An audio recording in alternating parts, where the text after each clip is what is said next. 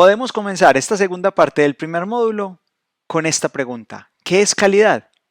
Al lado izquierdo pueden ver uno de los carros más veloces que hay hoy en día. En el lado derecho, será por cuestiones sentimentales, podemos ver el primer carro que yo tuve hace ya unos años. La pregunta es, ¿cuál de estos dos carros para ustedes representa calidad? Si analizamos bien, nos vamos a dar cuenta que realmente ambos son calidad, dependiendo del segmento de mercado y lo que estén esperando los clientes de ellos. Es por eso que decimos que calidad es la satisfacción del cliente y normalmente esta se pone en términos de especificaciones. Mientras que el producto cumpla con las especificaciones que el cliente está esperando y buscando, podremos decir que estamos entregando a nuestro mercado un producto con calidad. A continuación, lo que podemos mirar es precisamente de dónde vienen o cómo mejorar los problemas de calidad que pueden haber en un proceso. La realidad es que podemos partir esto en tres partes. Podemos hablar de las entradas, el proceso y las salidas. Tomando el proceso como si fuera una caja negra, como si entraran cosas y salieran después de una transformación. ¿Dónde está el problema? El problema está en la salida. Lo que va a pasar es que esos productos no siempre salen igual. Salen con una variabilidad y esa variabilidad puede cumplir o no con las especificaciones del cliente. ¿De qué se trata todo esto? Se trata de disminuir la variabilidad para poder cumplir con esas especificaciones, pero la pregunta sería ¿dónde vamos a encontrar o dónde debemos atacar para que esa variabilidad disminuya? La clave está en las entradas. Debemos encontrar cuáles son las entradas que más están afectando la salida del proceso y comenzar a atacarlas. Determinar cómo desde un antes, que sería esa gran variabilidad, podemos llegar a un después, donde esa variabilidad es mucho más pequeña y ya podemos cumplir con esas especificaciones. ¿Cómo pasar del antes al después?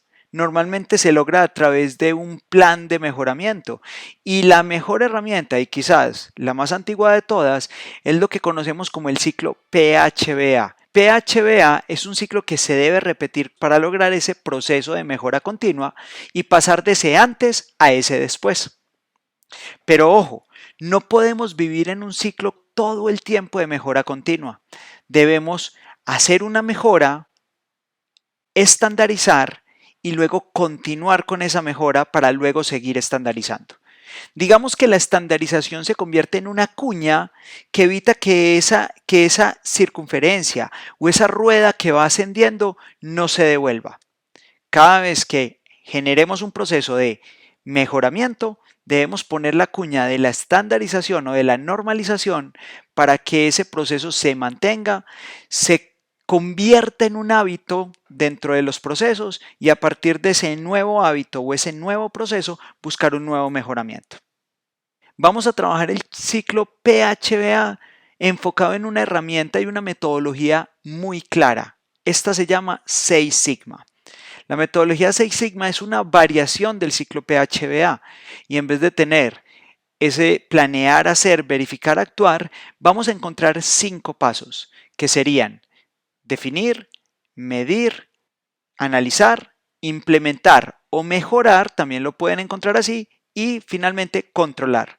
Y hacer que ese ciclo se repita nuevamente para poder generar ese proceso de mejora continua. Recuerden, ya lo habíamos visto anteriormente. ¿Para qué aplicamos esta metodología? Para lograr este objetivo.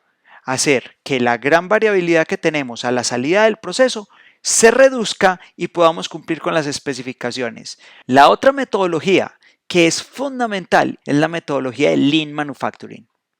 Básicamente el Lean lo que busca es eliminar todo lo que no agrega valor y si no agrega valor, entonces es un desperdicio. ¿Cuándo se agrega valor? Se agrega valor cuando hay, primero, transformación. Cuando entramos algo a los procesos, que pueden ser, obviamente, unos materiales, y se transforman para convertirse en un producto Y que sale de ese proceso. Primer punto. Pero adicionalmente debe cumplir con uno segundo, que se haga bien a la primera vez. De nada sirve que yo ingrese unos materiales, haga una transformación y cuando salga me dé cuenta que salió malo. y toca volver a reprocesarlo. Y tercero, para que se cumpla que hay valor agregado, es que el cliente valore esa transformación. Muchas veces estamos haciendo operaciones que no tienen o no le aportan nada al proceso. Cuando se habla de Lean, lo que estamos tratando es de dejar entre el comienzo de los procesos y la entrega al cliente final todo aquello que agrega valor y eliminar todo aquello que no lo hace. De eso se trata. Entonces, si no agrega valor, ¿qué es? Es un desperdicio.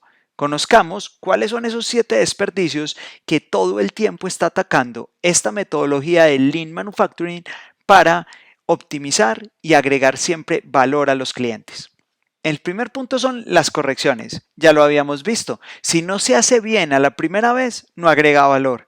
¿Qué es una corrección? Es precisamente tener que haber vuelto a procesar algo que anteriormente había salido malo. El segundo de los desperdicios son los excesos de inventario. Cuando tenemos algo de más, en este caso inventarios de productos, lo único que estamos haciendo es teniendo un capital de trabajo donde no debería estar, porque no debería ser necesario para poder satisfacer las necesidades de nuestros clientes.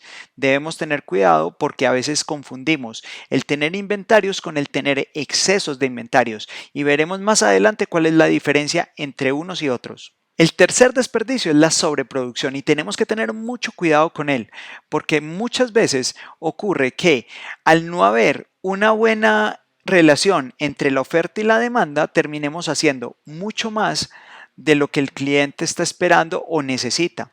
O por decisiones internas, vamos a producir más de lo que deberíamos.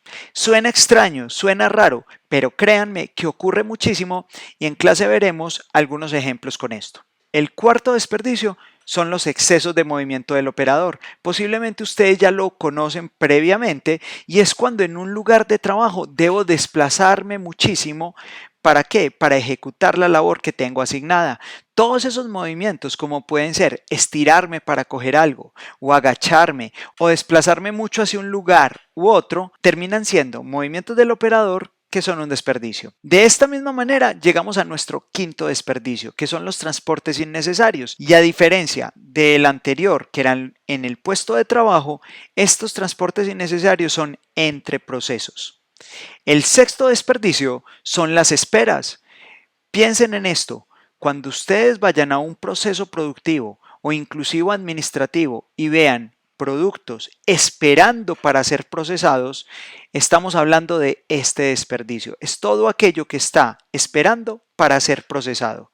Se han hecho estudios donde el 90% del tiempo los productos están esperando eso, esperando una máquina porque en este momento está ocupada, porque es un cuello de botella, o están esperando, por ejemplo, si fuera algo administrativo, están esperando una revisión, una firma.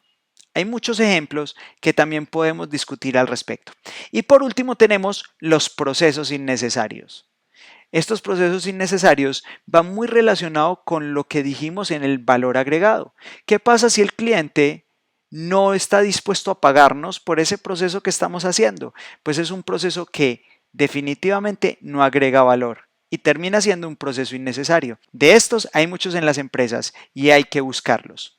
Es así como entonces llegamos y nos damos cuenta que finalmente estos desperdicios generan entre un 25 y un 40% del costo de las ventas en una empresa. Imagínense qué ocurriría si lo redujéramos no a cero, porque no va a ser posible, pero sí lo suficiente para que pudiéramos encontrar ahí un tesoro para las empresas. Finalmente, la unión de estas dos herramientas, como son Lean Manufacturing y Six Sigma, se unen para crear una nueva metodología que no es más que la potenciación de ambas en algo que conocemos como Lean Six Sigma, y es una de las herramientas más utilizadas hoy en la industria para mejorar procesos. Hasta aquí les dejo la inquietud para que puedan investigar más sobre ellas y nos vemos en clase para que veamos con ejemplos prácticos cómo se aplica.